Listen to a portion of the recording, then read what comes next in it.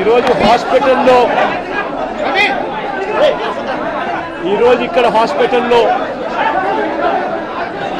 ఒక యంగ్స్టర్ బహుశా 20-25 ఏళ్ళు ఉంటాయేమో తన పిల్లాడికి. ఆ 20 ఏళ్ళ పిల్లాడిని ఎందుకు నిర్దాక్షిణ్యంగా కొట్టారో కూడా తెలియదు. కేవలం ఎన్నికల్లో వైఎస్ఆర్ కాంగ్రెస్ పార్టీకి తరఫున తాను ఓటు వేశాడని, వైఎస్ఆర్ కాంగ్రెస్ పార్టీకి సంబంధించిన కుటుంబానికి చెందిన వ్యక్తిని అతి దారుణంగా కావాలని అదే పనిగా వేంపల్లెకు ఒక వెహికల్లో వచ్చి దారిలో పోతా ఉన్న పిల్లోడిని బైక్ ఆపి నిర్దాక్షిణ్యంగా కొట్టి హాస్పిటల్ పాలు చేస్తూ ఉంటే ఏం సాధిస్తూ ఉన్నారు? ఇంతవరకు పులివెందుల్లో ఎప్పుడు ఇలాంటి సాంప్రదాయం లేదు. ఎన్నో ఎన్నికల్లో చేశారు, ఎప్పుడు పులివెందుల్లో ఇలాంటి సాంప్రదాయం లేదు. ఎన్నికలు అయిపోయిన తర్వాత ఓటు వేయని వారిని కొట్టే కార్యక్రమం ఎప్పుడు జరగల. రాష్ట్ర వ్యాప్తంగా కూడా ఒక భయాందోళన వాతావరణం క్రియేట్ చేయడం కోసం అని రాష్ట్ర వ్యాప్తంగా ఇదే చేయిస్తూ ఉన్నారు దగ్గరుండి. ఏం సాధిస్తారు దీనివల్ల? మీరు వేసే ఈ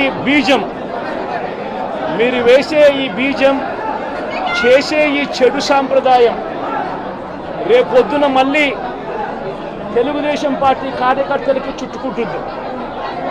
చంద్రబాబు నాయుడు అనుకుంటా ఉన్నాడు తానేదో ఈ మాదిరిగా చేసి భయాందోళన క్రియేట్ చేసి వైఎస్ఆర్ కాంగ్రెస్ పార్టీకి ఓటు వేసిన వాళ్ళని కొట్టడం వల్ల ఒక తెలియని ఆనందం తనలో ఏదో పొందాలని చెప్పి అనుకుంటా ఉన్నాడు. రాష్ట్ర వ్యాప్తంగా ఒక భయాన్ని క్రియేట్ చేయాలని ప్రయత్నం చేస్తూ ఉన్నాడు. కానీ నేను చంద్రబాబు నాయుడు గారికి మరొక్కసారి కూడా చెప్తా ఉన్నా, ఒక చెడు సాంప్రదాయానికి నాంది పలుకుతూ ఉన్నారు. దయచేసి ఆపండి. ఆపకపోతే మాత్రం ఎల్లకాలం మీరే అధికారంలో ఉండరు. అధికారం మారిన రోజున ప్రజలు చంద్రబాబు నాయుడు గారు చేస్తూ ఉన్న ఈ అన్యాయాలను చూసి శిశుపాలని పాపాలు పండినట్టుగా ఆ పాపాలు చాలా వేగంగా పండుతూ ఉన్నాయి. అధికారం మారిన రోజున తాను చేస్తూ ఉన్న ఈ చెడు సాంప్రదాయం తనకే చుట్టుకుంటుంది. ఈరోజు దెబ్బలు తగిలినా దెబ్బలు తిన్నా ప్రతి ఒక్కరూ కూడా రేపొద్దున ఇదే మళ్ళీ అటువైపున చేసేదానికి మీరంతటి మీరే బీజం వేస్తూ ఉన్నారు. ఇది సరైన పద్ధతి కాదు. నాయకులుగా ఉన్న మనలాంటి వాళ్ళం ఇలాంటివి ప్రోత్సహించాల్సిన పని ఎప్పుడు రాకూడదు, జరగకూడదు. దయచేసి చంద్రబాబు నాయుడు గారికి ఇప్పటికైనా చెప్తా ఉన్నా, చంద్రబాబు నాయుడు గారిని హెచ్చరిస్తూ ఉన్నాను, మరొక్కసారి మళ్ళీ హెచ్చరిస్తూ ఉన్నాను. ఇది కరెక్ట్ సాంప్రదాయం కాదు, దయచేసి దీన్ని ఆపమని చెప్పి. నువ్వు నిజంగానే ఒకసారి మీరు కూడా వెళ్ళి ఒకసారి చూడండి. ఒకసారి ఏం పాపం చేశాడు నా పిల్లోని, ఎందుకు కొట్టారు, ఏం పాపం చేశాడని కొట్టారు. ఒకసారి హాస్పిటల్లో కూడా ఒకసారి చూడండి. ఒకసారి 90 మంది పిల్లలు ఇక్కడ జాయిన్ అయ్యారు. మధ్యాహ్న భోజనం పథకం సరిగ్గా జరగడం లేదు. పిల్లలకు కనీసం బ్యాగుల సప్లై కూడా సరిగ్గా జరగడం లేదు. ఇచ్చేటోడు ఎవడు ఇవ్వడం లేదు సరిగ్గా ఏది వ్యవస్థ అనేది ఏది సరిగ్గా జరగడం లేదు. వ్యవస్థను గాడిలో పెట్టండి.